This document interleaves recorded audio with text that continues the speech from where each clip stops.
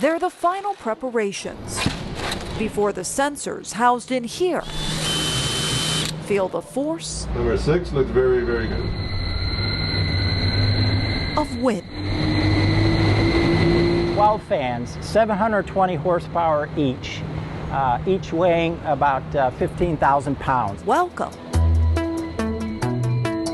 to the Wall of Wind. The Wall of Wind is an amazing facility Located at the International Hurricane Research Center at Florida International University, researchers here test structures and products by using these massive fans to see how hurricane-forced winds interact with them. They did find a company in Colorado that manufactures these fans, not for research, but their application is for underground mining operations, for air ventilation and movement. The fans can recreate sustained wind speeds of up to 160 miles per hour, a Category 5 hurricane. Exactly, so it's mimicking the terrain. But in the 10 years since its construction, researchers like Amal El-Awadi are noticing more storms are exceeding that speed. It can cause like a tremendous damage. That's why FIU and 8 other universities are joining together to strengthen the Wall of Wind, so it can recreate even higher sustained wind speeds, reaching 200 miles per hour. We use a wind scale that goes up through 1 through 5, Category 5, and at this point there's no plan to go to a Category 6. But as we look with climate change issues and extreme events, there is that possibility for stronger storms, which calls for stronger structures and building codes for places like homes, hospitals, and schools, no matter what kind of storm winds they encounter. Design codes and standards are limited. We still see failures. We need to understand the causes for failures.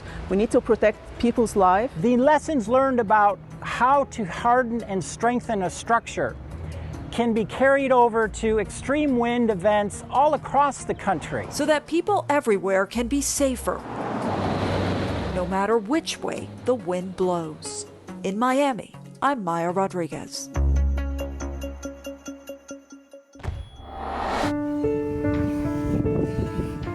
We correlate spring with rebirth, a time when new leaves bud, new flowers blossom, and new roots take hold in places we once called home. When someone dies, you don't want to look at death for months on end, so it felt a little bit like that. Like, it's nice to have progress and to envision something new.